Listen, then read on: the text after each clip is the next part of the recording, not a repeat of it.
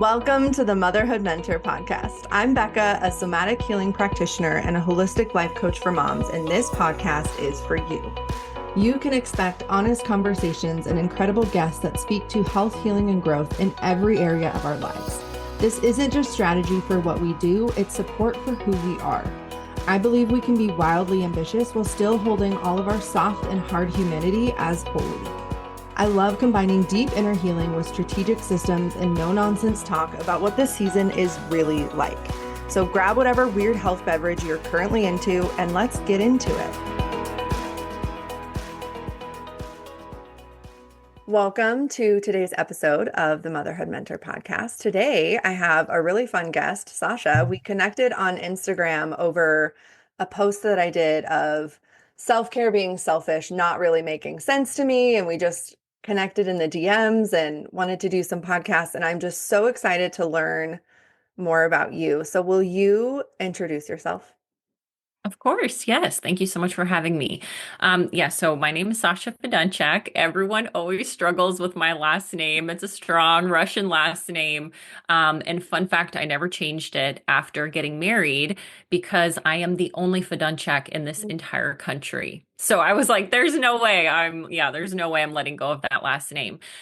So I am a mom of two. I've got a 4-year-old and an 11-month-old, and I am a lifelong marketer and communications person. So I had actually lived in Fort Collins for a while. That's where I got my master's in communications at Colorado State. And I was in the corporate world doing corporate communications and marketing for a little over a decade. And now I run a business growth and marketing agency called Daring House and a media studio called Powerhouse Media. We do photography and media for women-owned brands. And I've got a couple of other things brewing that are centered around motherhood. So when I saw your post, especially the word selfish, that was really interesting for me to kind of unpack that. I had to reach out and get to know you. Yeah, I'm so curious as someone who had like an established work life and even like a work identity. What was it like going into motherhood and bringing that, like, what was that transition like for you, bringing babies into your life, that role of motherhood? How did that change business life? How did that impact you as a person? Yeah, that's a great question. With my first, I actually had owned a spray tan salon for a couple of years in Philadelphia. And it was right around the time that the world shut down. It was literally the day before the world shut down. I had like a near-death experience. I had a miscarriage, my first miscarriage, and ended up in the ER, tons of blood loss, had to get an emergency DNC. And so a few months later, when the world was starting to open back up, I got pregnant with my now 4-year-old. And that was the first time that I had this really thriving, really successful business. And I also was carrying a baby. And I was like, there was part of me that wanted to do everything to keep the momentum going of the business. I mean, it was like a 6-figure business in 6 months. I had a whole storefront. It was wildly successful. Wasn't really into spray tanning, but it was my first journey into entrepreneurship and where I leveraged my branding and marketing background to make it successful. And it was the first time I really kind of felt that pull of like, what do I want to protect more? Because I had to make the choice. I felt, it was a really scary time. Could I just welcome strangers in and, wear the mask, but like, do the spray tanning while I'm pregnant? What if something happens again? And so I chose my baby, which actually looked like me closing the business entirely. And we actually moved out of Philadelphia to a smaller Pennsylvania town. And that, felt very, very difficult. There were a lot of tears. It was something I poured a lot of years into. And from there, my business evolved into a branding and marketing agency. It was called Darren Creative at the time. And it was literally, my baby was born. I kind of took some time off between closing my spray tan business and opening the agency. It was about 4 or 5 months. She was born, and I just felt this kind of ambition surge back into me. Like, okay, now she's here. I have to protect her, continue to protect her, but like that means I have to make money. That means I have to, do the work that I'm so passionate about doing. And I literally built that business while, wearing her in the baby wearer, bouncing around, getting clients, doing branding, web projects, that kind of thing. And it was a really surreal experience to become a mother and also continue to become a business owner because those were two identities that I didn't really like, I wasn't really familiar with. I feel like it would have been Yeah. really different for me if I just had the babies while I was in corporate world, if that makes sense, just because there was a lot more longevity there. So I feel like in a way, I was kind of, rebirthed. Like I became two other people plus the old me. And so there was like this constant negotiation between like, who am I today? And I don't feel like that's ever really stopped in the last 4 years, if that makes sense. If anything, it's, kind of welcomed a fourth or fifth version of me with my second. And that was really, really unexpected. I love that word, like negotiating. Like there was this negotiation between these two new parts of you and then like the old things. What what felt different? Like is that even like a tangible experience for you of like what felt so different in motherhood and especially after miscarriage? I mean, that's such like a big grief and like a medical, I mean, just it's a lot. It's a lot on your body, emotion, relationships. What was that like once you got into motherhood and you have this new baby and you have this new business? Like that's a lot of new identity. Mhm. What did that feel like? Was it overwhelming? Did it feel expansive? Did you have like that fog of new motherhood for you?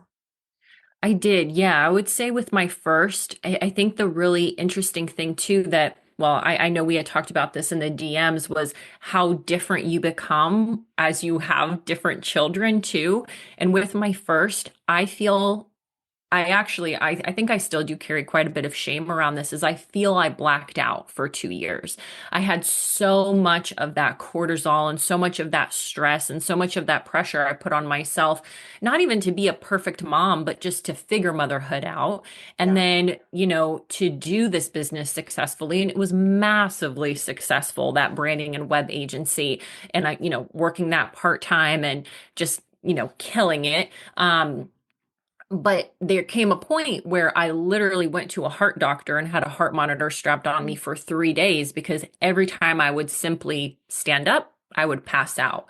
And I had no idea what was going on. They, of course, never figured it out. And they just said, well, it could be, long COVID or this or that or whatever. But I think ultimately it was just that my body just never could rest. So the second I, would literally to be sitting down at my desk, stand up, or sitting down with my child and stand up, I would just fall right over. So my experience with my first was, the only way, and I know you will probably understand this being, in the somatic world, is like it just felt like constant flutters, right? Like just constant movement of every cell in your body.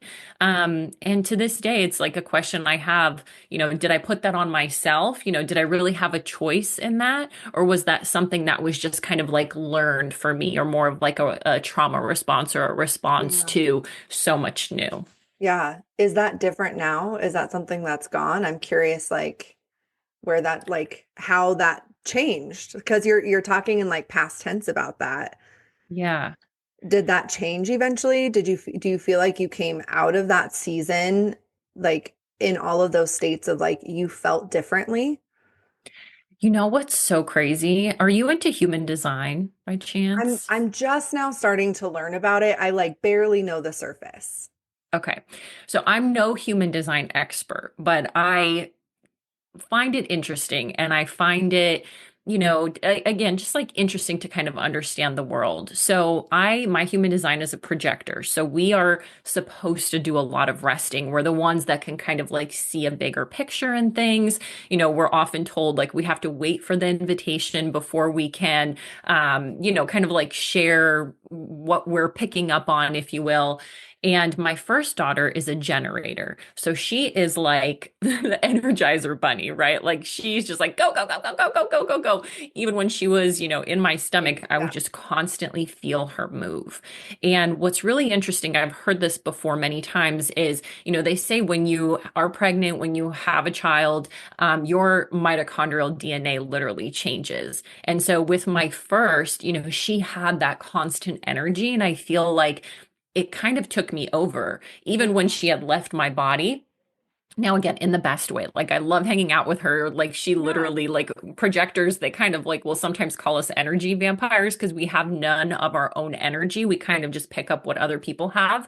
So with my second, she's also a projector. She literally would hardly move in my stomach. Like I have one of those heartbeat things. I would use it every other day because I'd be like, "Are you in there? Like, what is going on?" She was born and she's like a sloth baby. She slept for like 2 months straight. She just doesn't have a ton of energy. She's just really, really chill. So when she was born, I had a completely different experience to where I felt like my ambition entirely abandoned me. And I Wow. remember, walking, well, with a stroller and just feeling like, who am I? Why do I not want to go back to work? Like, why am I completely disinterested? Why do I just want to garden? I was like, what happened to me? Someone who has been a type A, 4.0 high achiever my entire life of 30, 6 years before she was born, all of a sudden felt like an identity I wanted nothing to do with. And Mm, so I have no explanation for it. I only bring up the human design thing because I'm like, it's really interesting to think about how they yeah. have kind of changed my identity and my approach to motherhood and also my ambition. Yeah. So when your ambition, it felt like it left you. And it sounds like it wasn't just like capacity, because I think a lot of times, when I'm talking to women about ambition and their work-life balance, it's like we have these two different kind of categories of like your desire of like what you want and then this capacity of what you need. And Mhm. for some women, they have all of this ambition, but like all of a sudden they don't have the capacity on some level or multiple levels. But I'm hearing you say like you didn't have the desire, like you didn't want it as much anymore. So how did you shift your businesses that you had built? These like, because that was like what, 2 years? And I'm like not great at math, Mhm. but like a couple years in between this, like I'm going to build this new business. It's going really well. What did that look like now Mhm. that you don't have like this huge, big desire anymore? Yeah. So it was actually when I was pregnant with my second that I made the decision of kind of switching daring creative branding and web agency. We were easily doing like 50, 60K months with very little marketing effort. Like it was on track to be a seven-figure business by its third year. And I completely said, we're stopping it because I need to do business differently. I didn't want to have this huge team. I didn't want to have 20 projects a month. I feel like I could kind of foresee that the ambition or the way that I was showing up, I could foresee the surrender needing to happen a little bit. Yeah. And so that's when I made the shift to Daring House, where now we still do branding and web, but we actually brought in my husband, which is like a whole other podcast episode. I'm like, that whole thing over the last year has been fucking insane. But anyway, brought him in, and we now have a much smaller roster of clients and we go much deeper. Mm, So it really was kind of a reflection of the transformation that was happening with me. Is like, I don't want to keep spreading myself so thin and just hitting the surface with these other businesses. I want to go much deeper. And it has been an extremely difficult transition. We're not doing 60K months yet, and it's been well over a year. So it's not like I just changed the name and it was the same business. I mean, it's a completely different business model, bringing my husband in, trying to figure out how to do all of this on very little sleep, even a year later. Um, and being okay with, like I said, that surrender, being okay with that ambition kind of ebbing in and out. To your point, yes, there are some capacity issues, right? You've got the two kids now to worry about. But also I think it's just like that personal transformation. And I think this is something that I made okay for me after working with so many women, because we work primarily with women-owned brands in my businesses, seeing the pressure that they put on themselves, like they cannot evolve their businesses, they cannot evolve what they're doing. They've got to continue to ride the momentum. And I just thought, like, that can't be true for me. Like, the Mm, businesses have to reflect what is going on for me in my life. Otherwise, it's just not going to be sustainable. mm. I love that you share that because I think so many women become entrepreneurs because they want that quote unquote work-life balance. They want to be able to do things their way. And then I think what's crazy is they're like, oh, I want to be like my own boss to myself. And then like they end up being really shitty bosses to themselves.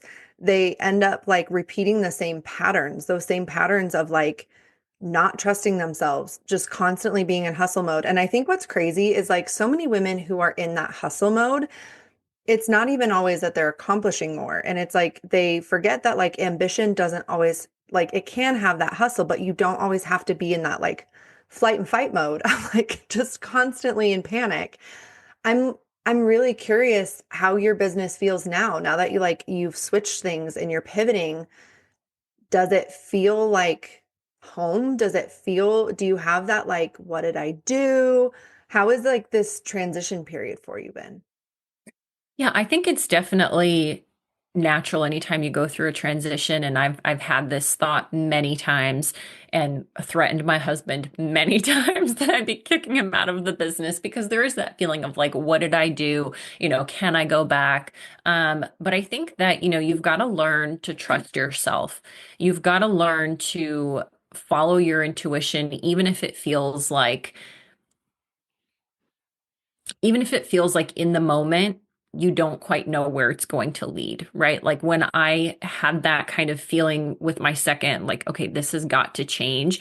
I didn't know exactly what it was going to look like or what my content would look like or what my monthly revenue would look like.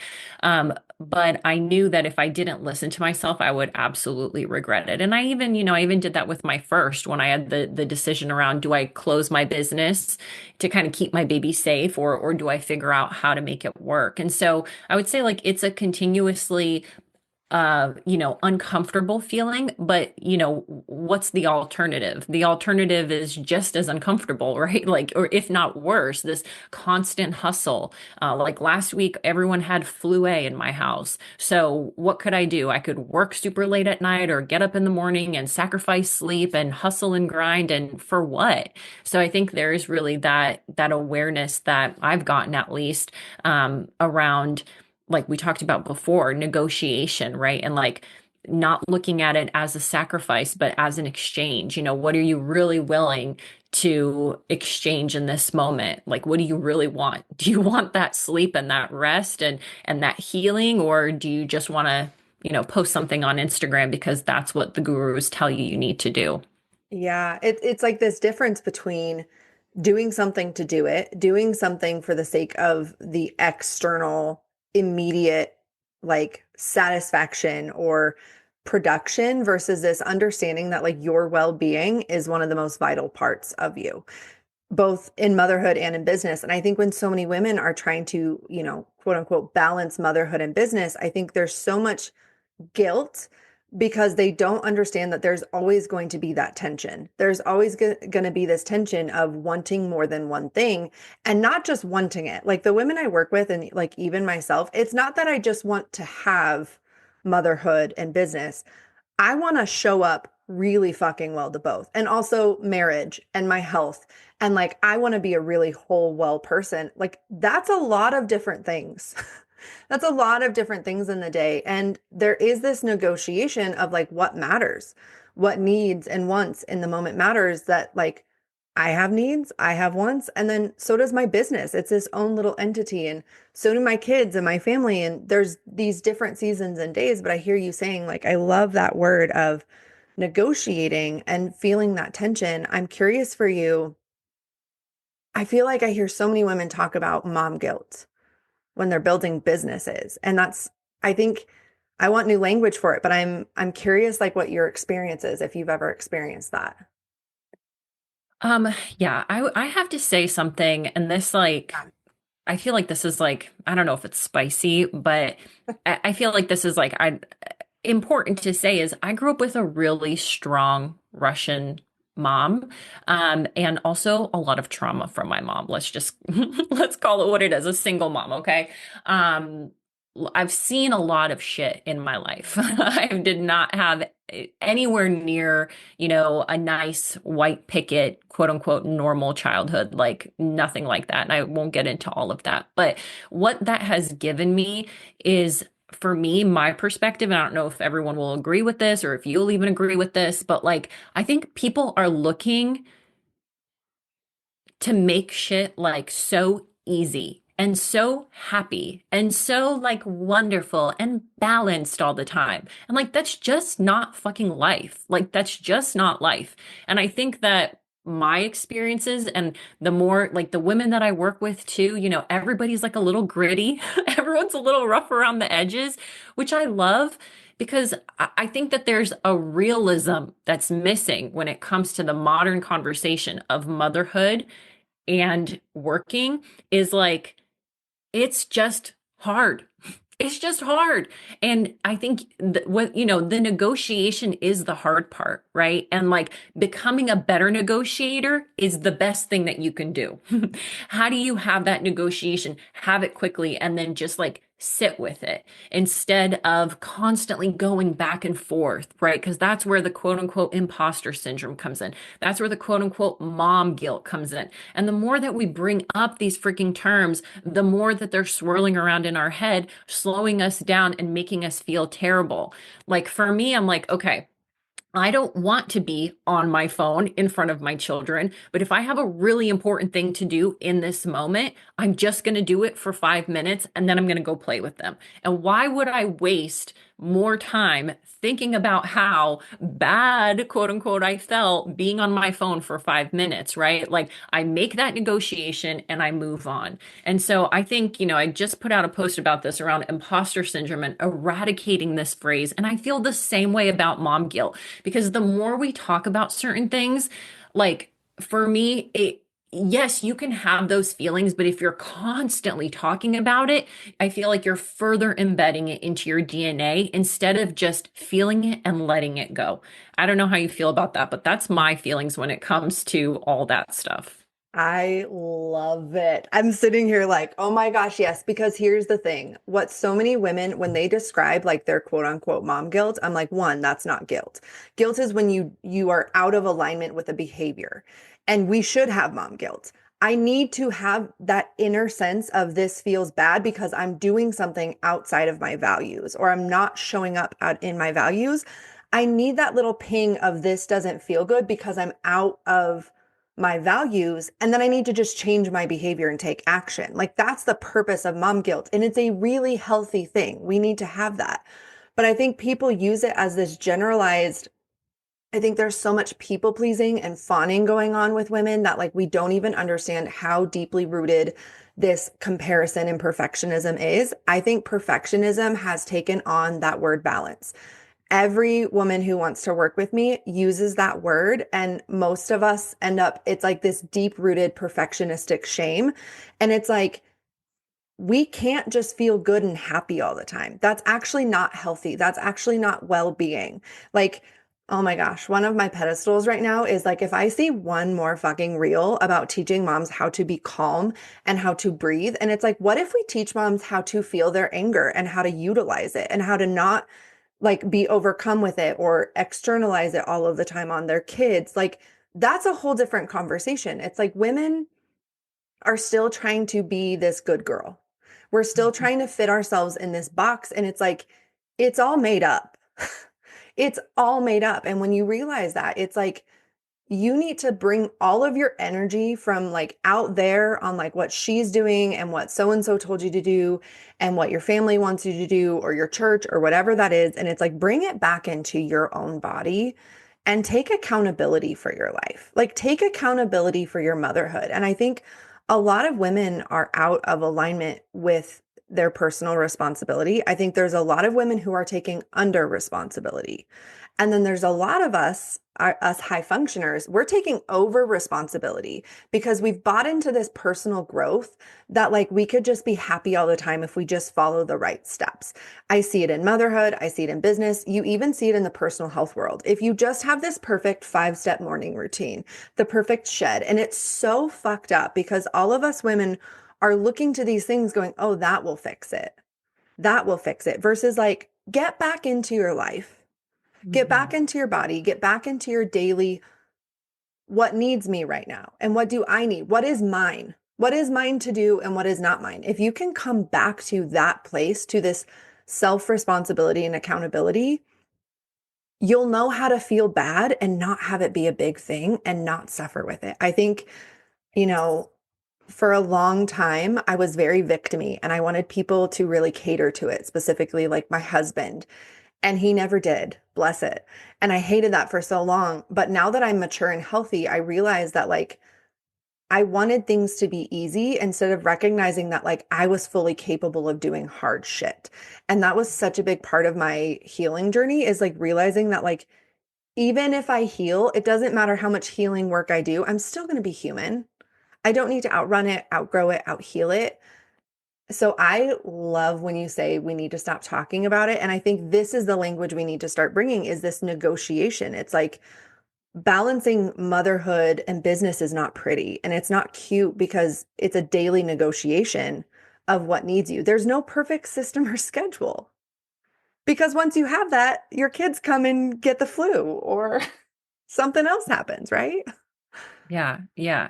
No, exactly. I mean, I'm just like literally clapping under my desk at everything that you're saying. And I think, you know, I really, I know that there's power in putting words to how we're feeling, but I also see, just to echo what you're Yeah. saying is like, when you're like, none of this exists, it's like a fucking box, when it comes to business and motherhood is something, I talked about with this imposter syndrome is like women really bond over lack. And moms really bond over lack.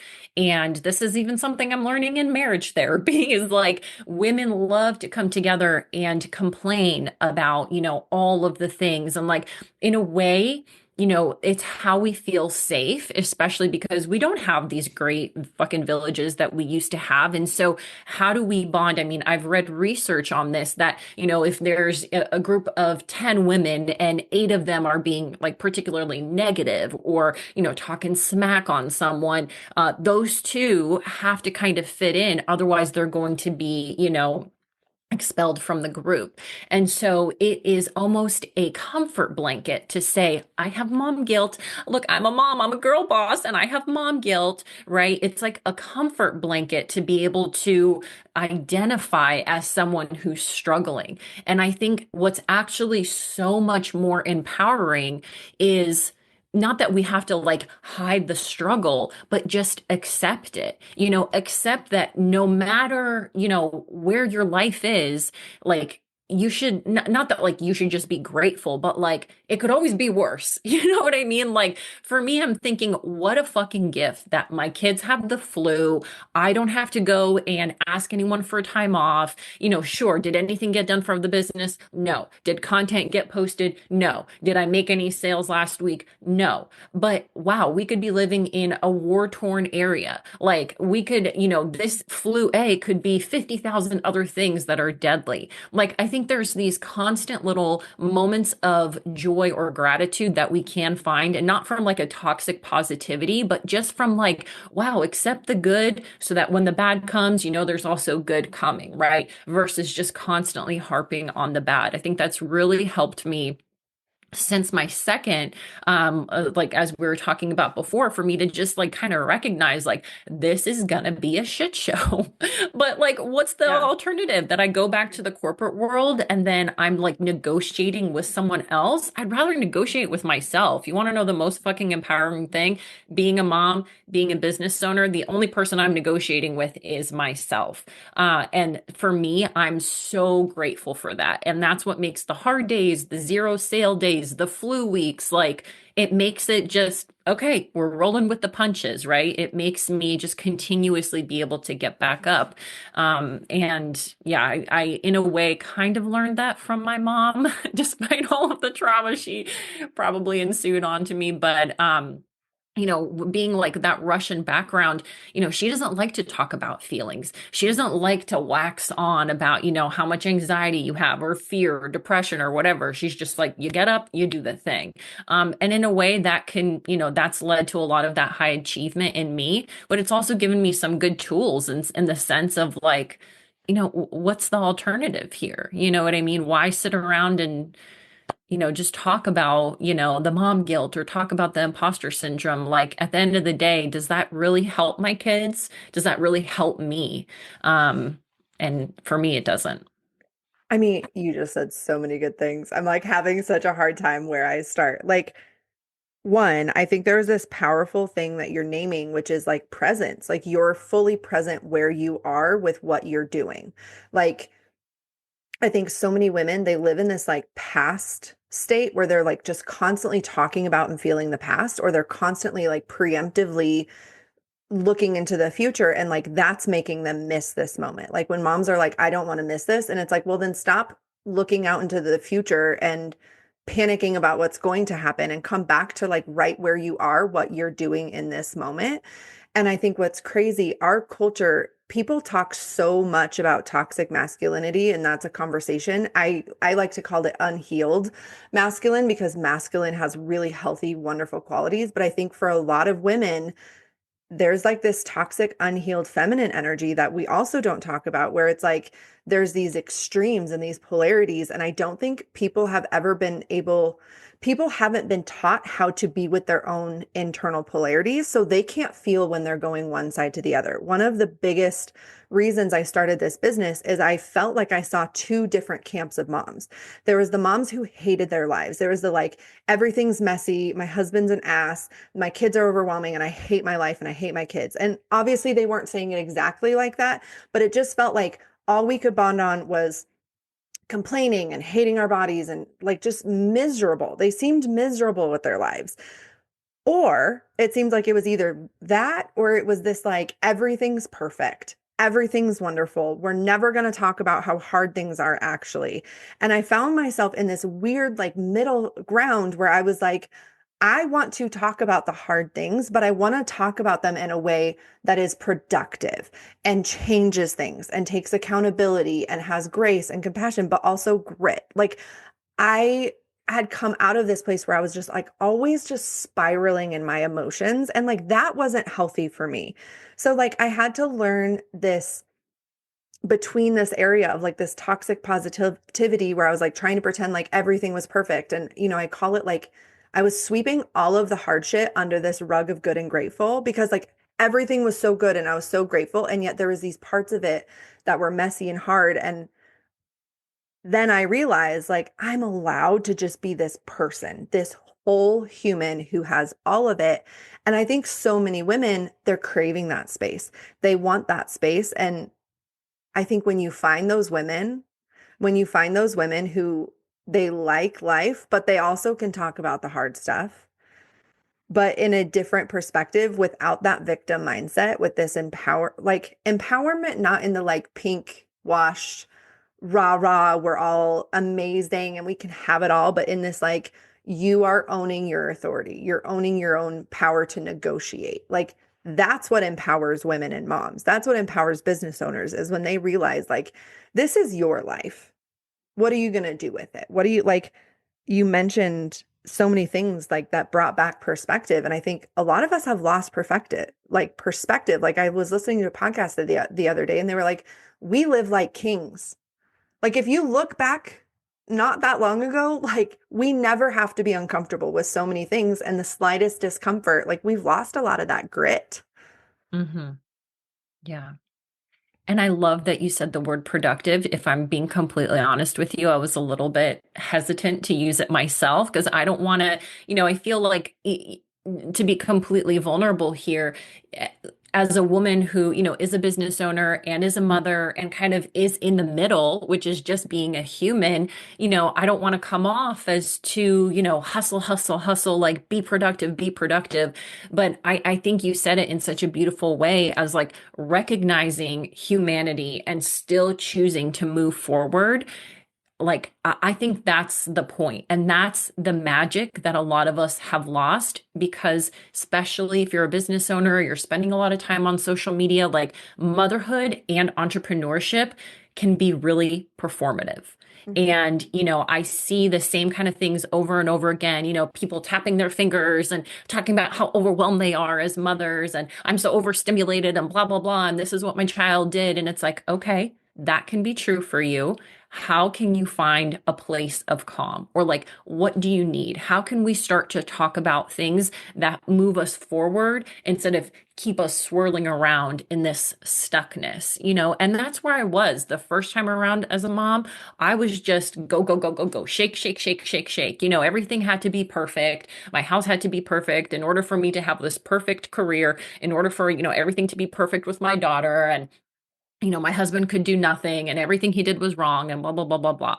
And with this second one, I'm just like, some days look good, some days look bad. And you just kind of like surrender to the mess of life. And it is so much more beautiful. And I'm not even going to say like, oh, I'm so much happier, but I'm definitely a lot more present. I'm definitely a lot more aware. I definitely feel like a fullness, like I feel rest. I make different choices. And like, I wish more mothers would have that conversation around, like you said, instead of trying to be everything is perfect or everything is a fucking mess, is like, how can we just get comfortable in the middle, get comfortable in the unpredictability of it all? Like that is humanity. And I really like that would be my one wish for mothers is like, get comfortable in the humanity of being a woman, of the balance of the masculine and feminine, of the mess, because that's really what life is about. Like the second we're trying to put on a mask and like really fit ourselves into a box anywhere else, like we've lost the plot. Yeah. Well, and that word of production versus performance, when I think of performance, I used to love the show, like, So You Think You Can Dance. Just like, I love watching people dance. And there would be people who would do all of the right steps and they'd get done and they would say, like, you weren't in it. Like there wasn't emotion. And I think what's interesting, I think so many women have learned how to perform. They've learned how to do all of the right things. But there's this like high functioning disassociation almost where you've become this brain and your body and your soul and your heart are just like your brain is just like pulling these strings moving you along. You're going through the motions, you feel like a ship in the night, you're in this fog. And how often do we hear moms say like, I don't feel like myself? And it's like because we become focused so much on what we're performing versus production and producing, which is creation. Like if you can feel and notice in your own body and then even in your motherhood or your business, like what am I creating? What am I building? Because that's the movement of energy. That is our aliveness. Like that is your innate human ability. Like there's no other animals. We are animals, right? We are mammals. And yet we are out here doing like making podcasts, making art, making music, like creating these big, beautiful, crazy, wonderful, amazing lives. Like our aliveness needs to be able to move. We need to be able to receive from others, receive from the earth, receive from like energy, receive from the women around us. But we also, if we have a bunch of energy coming in and no energy is going out creatively, we don't feel like what we're producing makes us more alive, we become stagnant, right? Like a pool that just sits there that doesn't have moving water, it gets gross and it smells bad and it doesn't have as much life in it versus if there's movement in and out. And I think especially for women like us who are like highly ambitious and we want to create things, it's like paying attention to the balance of like input, like where am I receiving? Where am I gathering? Where am I getting? And where am I giving? What am I producing? And how am I making that creative life force versus this performance of like trying to pretend our way through life? I really think it's like an act. It's this like we lose context and like connection to that self energy, that like aliveness of, yeah, I would say I'm happier than I used to be. But there's also times where I'm a lot sadder too, but I have capacity for it because I have my whole self online. I Yeah. feel my whole self being in it and I'm present with it and I don't have to run away from it because it's not happy and shiny. It's like, well, those parts of me are powerful too. These parts of me that I don't like that feel a little cringy, those actually are pretty powerful. And that's my aliveness. That's energy that wants to do something. Like you even mentioned, like, not all of those parts from your mom are pretty, but like they do serve a purpose. Mhm. They worked for a certain thing in a certain time. And it's like, we can't cut ourselves off from those things. And that's good news for women who are like, I'm so ambitious, but like I'm burning out all the time. It's like that part of you can learn how to drive your ambition without driving you up the wall. Right. Yeah, I love that you said that. I mean, you've really kind of helped connect some dots even in my own head because the other day I saw this post about like the patriarchy versus the matriarchy. And one of the words there was, I don't think it was production, but it was around like producing. I think like production is inherently feminine. And something my husband will say to me is like, you don't have to be so productive all the time. And I'm like, but I do. Like that actually feels so good to me, but it's in the volume and I think the intention, right? And which differentiates production in the way that you're talking about it in this like gorgeously like integrated kind of like feminine way of being and even running our businesses, running our households, raising our children, and the performative pressure of like non-stop production or production without intention, right? Like I don't do as much in my business, but guess what? We pay all the bills. We have food in our fridge. I'm very happy with the clients that we work with. And I'm still producing. I'm just doing it with a lot more intention that feels more aligned to me. And I think this is the power of women in business and entrepreneurship and like modern, the modern women, like kind of doing it all is like, yes, we can do it all. We actually can do it all, but we like doing it all doesn't have to look like 50,000 things. Doing it all could be three things, right? So like you get to decide what your all looks like, and that all is not going to be perfect day to day. But when you have that intention, which I think to your point and to your work, you've really got to get into your body and you've got to be able to like have those conversations with yourself. So you're not trying to keep up with the Joneses or the internets or whatever, but really like what works for you and your body and your family and your business. And I think that that's just such an interesting nuance that enough people don't talk about is like ambitious women. We can be ambitious. We can be productive. We can do it all. But what does that all really look like, right? Because when we hear, well, I'm doing all the things, I'm burnt out because I'm doing all the things. Well, what does that list really look like? What are all those things that are really actually important to moving the needle forward in your business or your life? And what are you putting on your plate just so it looks like you're busy? Because I think that's a whole other thing with this like performative femininity and performative entrepreneurship and motherhood is like we think we need to be doing 50,000 things. So I think there's a really important distinction in quality versus quantity when it comes to production, when it comes to, balancing ambition or integrating ambition with motherhood. I think that is an interesting conversation, for women to unpack themselves. And I certainly have, which again allows you to be more peaceful in that messy middle versus feeling like you've really got to put yourself into one box versus the other.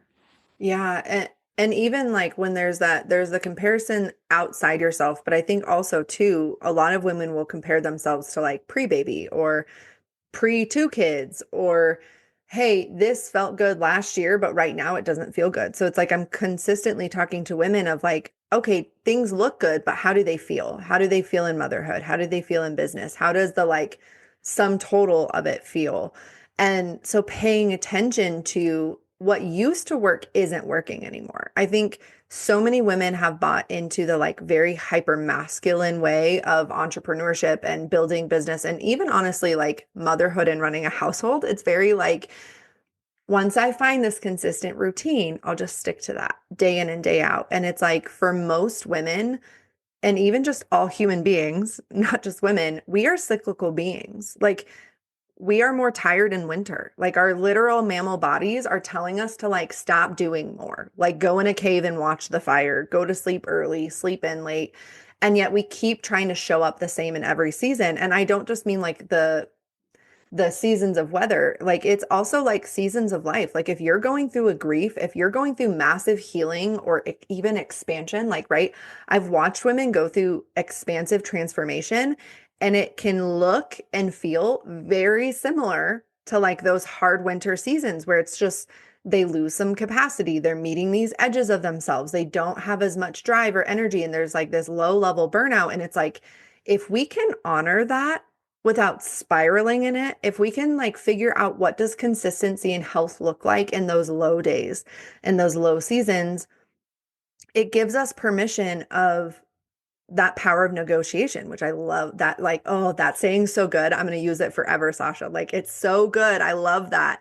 Right. Of it brings you back into this stop trying to do it even how you did it last year because you're a different person than last year. Your kids are different kids than last year. Like your needs are going to change and you have to have the leadership to lead your life and witness like this isn't working anymore and we have to shift and we have to pivot. But if you're just constantly trying to meet some impossible invisible marker, you're never going to feel that presence because you're constantly going to be chasing something that doesn't exist right now. Mm. You know what that's just making me think of is like, why do we forget that we are continuously evolving? Like we see our kids, oh, you're a baby, now you're a toddler, now you're a preteen, now you're a teen. You've got all these different phases, and we've got this understanding that our children are continuously evolving. They're going to have different needs, they're going to have different reactions to things. But for some reason, we think that once we are what, 18 or 30 or 40, that like this is just who we are. I think we forget that just like Yeah. our children, we literally continuously evolve year over year, season over season, even like cycle to cycle. You know what I mean? Like I've heard so many times that we are four different people in just the one cycle. If you're, a whatever menstruating woman, I guess. Yeah. Um, and so, why do we put this pressure on ourselves? Like, we cannot change, we cannot evolve. Again, I think there's this beauty of humanity that people have just forgotten, right? Like, and whether it's, with social media or with just like modern times of thinking that we have to be a certain way or that we have to really just, like once we hit this particular milestone, we've got to like keep it forever.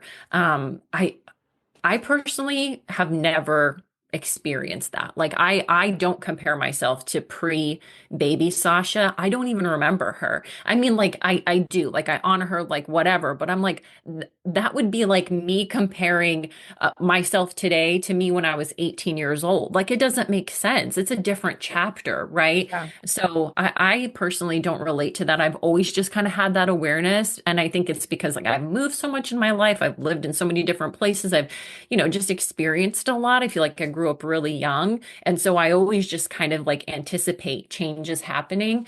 And I think that's part of, if you're feeling burnt out, if you're feeling like you're having a hard time kind of staying present, I think giving yourself that permission just to know like transformation will continue to happen. And like that's just okay, right? I think it's if no one else has given you that permission, it really is like permission to be present, ability to negotiate your skills and negotiating with yourself and like finding ways to be okay with the messy middle of humanity. Like if you can do that, everything else will fall into place, I promise you. Yeah, it's one of the things that I love about being a coach is like I get to hear I don't know how else, like I get to hear the depths of people's lives and from a fairly wide, not giant, right? Like they're all moms, so like there's a lot of commonalities of them, but one of the trends that I've seen in many clients, and not all of them, but some, is they're having a hard time realizing that they're still growing up so much because their parents never did.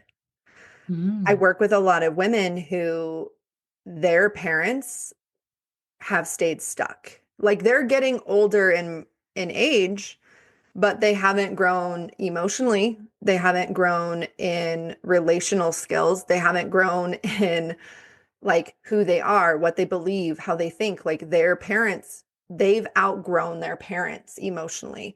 They've outgrown their parents spiritually or mentally in this, like they have kept maturing at, like, for some of them, like at a very fast rate. For some of them, just like their parents just stopped. Their parents like never, they got to this certain adulthood and then everything just stayed. And so I think there has been, I've seen this theme in our generation of there's a lot of people who didn't ever see parents growing up as adults.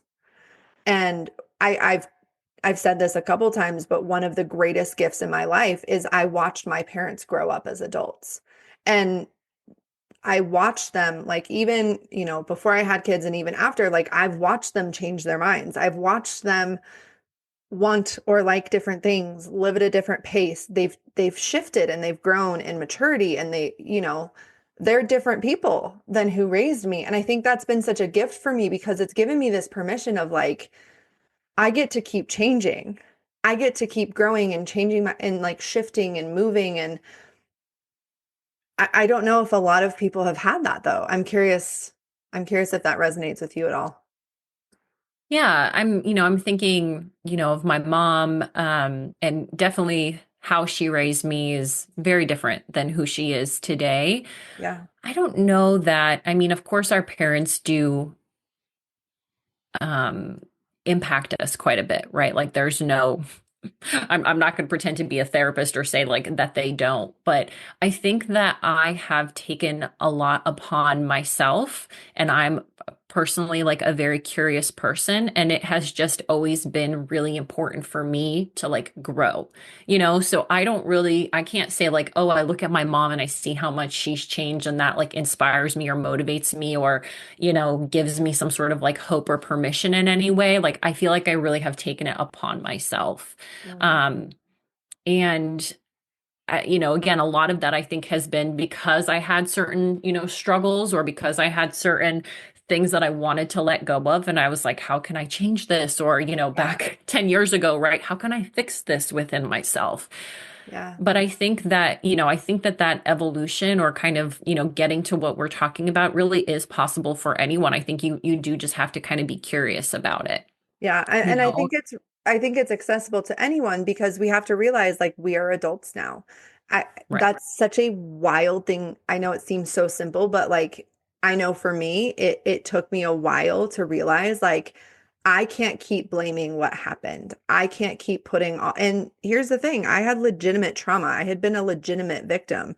But as long as I clung to that and didn't say like, okay, I now have options. I now have choice. I now have agency. And a lot of that was my healing journey of like figuring out how to feel what is my agency in this moment, coming back to the present moment and not living in the past. But there's so many women who they constantly get in this and it's not logical. They often don't recognize it because, I work with very high functioning, very ambitious, very successful women. And it's like, we'll sometimes be talking and I'm like, do you remember how old you are today? Can you feel how old you are? Can you feel how much access you have, how much resource, how much capacity? Because emotionally, sometimes those little parts of us, like, our post we were talking about of like the self-care isn't selfish. I think so many women, their energy has been, I need someone else to tell me what to do. I don't trust myself with my own being. Bringing them back into this, like, you are a grown ass adult. You get to make your own choices now. Like your parents had their choices.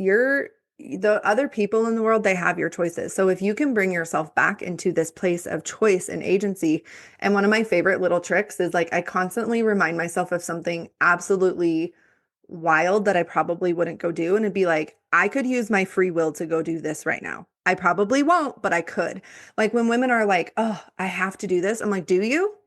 Do you have to do the dishes? No, you don't. Do you have to pick up your husband's clothes on the floor? No, you don't. Like, come back into your agency and power. Like, you are giving your authority out to way too many people, like your mother-in-law, your sister, like everyone. And it's like, bring yourself back into what am I doing? What am I Hmm. doing in this moment and what am I doing the next? And one of my favorite little ones is like, I could go to the store, buy a cake, and eat the whole thing right now. I'm not going to because that wouldn't actually feel good. But I love to just like remind myself of like, I can make choices, which sounds so like as I'm saying it, it sounds so silly. And yet, like, that's really hard for a lot of women. I mean, you look at our generation and our culture, and it's like, how many billions of dollars are being spent on women saying, I don't trust myself on what to eat, how full Hmm. I am, how hungry I am. And I'm saying that as someone like who's had to invest quite a bit of support and like, I don't even know how to feed myself. Hmm. Like, we don't even trust ourselves for eating, yet alone business or raising our kids. So that, like, kind of coming back to that self-trust and your intuition, I'm curious if you feel like you always had that online or if it's something you had to develop. No, it's definitely something I've had to develop. And it's so funny that you said this whole adult thing, because I remember when my husband and I were dating, I think it was also like cupcakes or cake, or I don't know. It was some sort of something that like we wanted to have or eat. And I was like, oh, I don't know. Like if we can get it like this late. I don't remember the details, but I remember him Yeah. literally saying, like, we're adults. We can do whatever we want. And I was like, and I was like 29 years old. And I was like, what? And so this has definitely been something that's been evolving for me over the last couple of years, especially is that trust in myself. Like the switch between daring creative and daring house, the pulling back on what I'm doing, my house being messier than it's ever been. And I lock myself up in my office and just do the things that like bring me joy, which is working and podcasting and all of those things. All of that intuition and like trusting myself has been something I've had to learn. And that's why I loved your post so much about, self-care and the whole like, is this selfish thing? I mean, so many industries are selling to us exactly like you said. And also because we work with a lot of beauty, health, and wellness brands, I hear them saying this all the time and it drives me nuts that like taking care of ourselves, we're trying to say it's not selfish, but by saying that we're actually selling that it is. You're Do you literally know what I speaking mean? directly to that underlying belief that this is selfish. I Exactly. mean, on a mental level, but also like, my whole post, and maybe I'll link it in the notes, but like it's not that women are cognitively mentally going, oh, this is selfish for me to do. It's that women have this embodiment of focusing on what everyone wants and needs from them versus what do I want and need. And I think what's wild is like I love the beauty industry. I'm a licensed cosmetologist. That was like the first thing I did out of school. Um, but I think there's so much selling of self-care isn't selfish when it's like that's not even women aren't logically thinking this is selfish. It's that I feel bad, which we already talked about that a little bit, right? Of the like, well, why do you feel bad? Do you Mhm. know? Like, what's the unconscious bad feeling in you? Like, because that can be a myriad of different things, but I think our culture is much less emotionally intelligent than we realize. People don't have language for their emotions and their experiences. So we've slapped this label on self-care isn't selfish. But I think for most women, I'm like, has anyone ever seen that and then like done something different? Has that changed something? So I'm curious, like, what's your take on this? Because like I've seen a couple posts of yours of like the selfish mom, and I love it because I think it's almost like reclaiming that word. I'm curious, like, what do you think with this self-care isn't selfish? I want to hear your thoughts. Well, I personally hate that phrase just in general. Self-care isn't selfish, for all the reasons that you mentioned. But I do very strongly believe in reclaiming the word selfish, because I think that when we become mothers, especially, we learn how to take care of these other tiny beings. And whether or not we ever had learned how to take care of ourselves, we definitely deprioritize that. And Hmm. so I think prioritizing being selfish and, even like I will go and say, like, one of the things I'm working on is kind of bringing this to life. And so, yes, I'm doing these like selfish mom vlogs, but really, even reclaiming I'm a bad mom with good habits. Like this idea of like, yes, maybe I don't have the emotional intelligence to like go on and on and on, but like being okay with like we talked about before, sometimes I feel like a bad mom, but I have good habits. I know how to find joy for myself. I know how to take a shower because that's going to calm me down. I know that I can go for a walk. I know what I need as a human being who also has value. Because I will say one of the most fucked up things of motherhood is when you're pregnant and you're glowing and everyone is caring about you and everyone is, fawning over you. And then the second you have the baby, you don't even go to a fucking doctor for 6 weeks. Meanwhile, you take your baby every couple of days and you have literal wound the size of a dinner plate in your stomach. And no one cares. For 6 weeks, what could be going on with you as you're losing gobs and gobs of blood? Okay. That was my experience.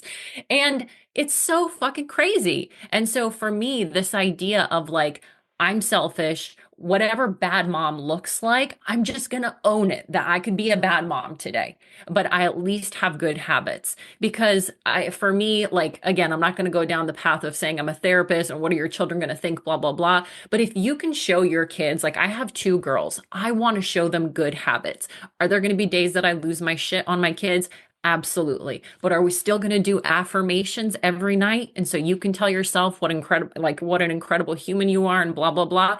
Absolutely. Like that is going to be the stuff that I believe is going to have a greater impact on them and thus the world than just how good of a mom I am, how good of a girl I am. So for me, there's just, yeah, I'm extremely passionate about those words and that kind of perspective on motherhood is like we have to mother ourselves. We have to take care of ourselves. The system is not going to. Motherhood is not the enemy. The system is the fucking enemy. The society, you know what I mean? Like these rules that we've made up, that's the enemy. And so the only thing that we have against that is how we treat ourselves. And we have to prioritize that. Yeah. Every time you were saying bad mom, I had this like, that sounds like such a good mom. Like, I realize like, it's like, I think you're being tongue in cheek of like people consider that like, I feel like a bad mom. Is that what you mean? Is like, you sometimes feel like you're being a bad mom when you do it? Exactly. Yeah. Because Yeah, like I feel like I'm a bad mom because my shower was 5 extra minutes, and my husband had to babysit the kids while I shaved my legs, like shit see, like but that. like that mindset is just it blows my mind now, but like I can think I'm like trying to picture myself like years and years and years ago. Because like what I hear you saying is redefining motherhood to be a season where we absolutely are dedicated and devoted to our children, but we remember to center ourselves as well. And I think that is one of the most powerful things we can give our kids. Again, I get this powerful perspective when I'm working with mothers of how often they're healing from having a codependent martyr mom who mothered really well, but didn't exist in herself.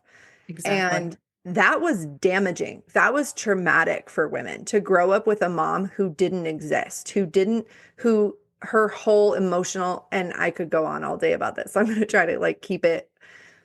I have a whole podcast with Luis on women who we get so absorbed into this season that we stop existing. And I think for a time, especially when our kids are babies, that biologically makes sense, right? Like it is all consuming. And I don't think we need to guilt ourselves, but like there has to be some leaning back into self. There has to be at least this pendulation of I'm paying attention to the baby, but then I pull my energy and my focus back on like, okay, what does my body need? What does my being, my emotional, my spiritual, my environment, like what do I need in this moment? Because if the mother is well taken care of, if a mother is centered in herself and she is healthy and well, that can only benefit her kids. Like we're not like a selfish mother would be a mother who's like literally not even paying attention to her kids because she's so self-absorbed into herself. But I can say I actually became extraordinarily selfish, like legitimately selfish, because I was so burnt out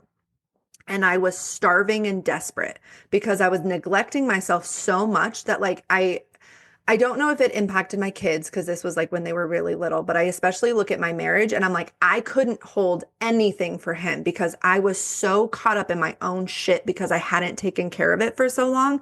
I couldn't help him.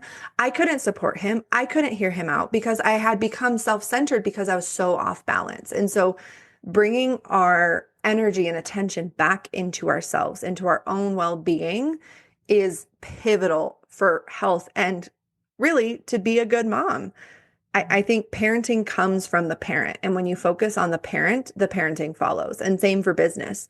If you are an entrepreneur, or even if you aren't, if you're looking at like, I want the health of my work to be really good, okay, focus on you because it'll trickle down for sure. Yeah. Yeah. I think, yeah.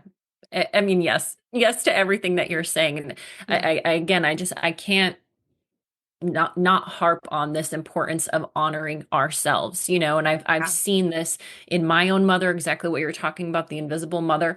Also many friends, women my age or even a little older, a little younger, who even have older kids, they're out of that stage. They've got kids who are teens or kids in their late teens or even recently empty nesters, and they still are like, who am I? Right? And they've disappeared. And I think this is one of the most tragic things that has happened to women, I'd say over the last 100 years or so, is that we disappear. And we're disappearing in many other ways lately, politically, and just with crazy stuff happening in the world. And so I think as if you can honor yourself, if you can see yourself, if you can value yourself, make time for yourself, like you won't disappear. And exactly like you said, it will be poured into your children. It will be poured into your partner and your business and all of the things that you do. But it starts with you. Like Yeah. I say this to our business owners, our clients all the time. No one's going to care about your business as much as you do. And the same is true for you. Like no one will care about you as much as you do. It's just it's just a fact, And yeah. And what a gift for our kids too, of like, they can't be the center of our happiness. That's too much to put on a kid or our Right. health. Like they need mothers who are taking care of their own. So, oh my gosh, this was so good. Is there anything else we missed? Anything else that like you just want to name or like come back to as we end? No, I feel like we talked about so much. So I'm much. really, yeah, like 50 different topics I think we can go deeper on, but it was such an honor to talk to you, Rebecca. Thank you so much for having me on. Oh, same to you. I loved this conversation. And if you are listening to this, we would love to hear from you. So share it to your stories, tag us, send us a question or an aha moment, leave a review. Thank you so much for being here. I hope you guys enjoy this episode. Thanks for joining me on today's episode of the Motherhood Mentor podcast. Make sure you have subscribed below so that you see all of the upcoming podcasts that are coming soon. I hope you take today's episode and you take one aha moment, one small tangible piece of work that you can bring into your life to get your hands a little dirty, to get your skin in the game. Don't forget to take up audacious space in your life. If this podcast moved you, if it inspired you, if it encouraged you, please do me a favor and leave a review. Send an episode to a friend. This helps the show gain more traction. It helps us to support more moms, more women. And that's what we're doing here. So I hope you have an awesome day. Take really good care of yourself, and I'll see you next time.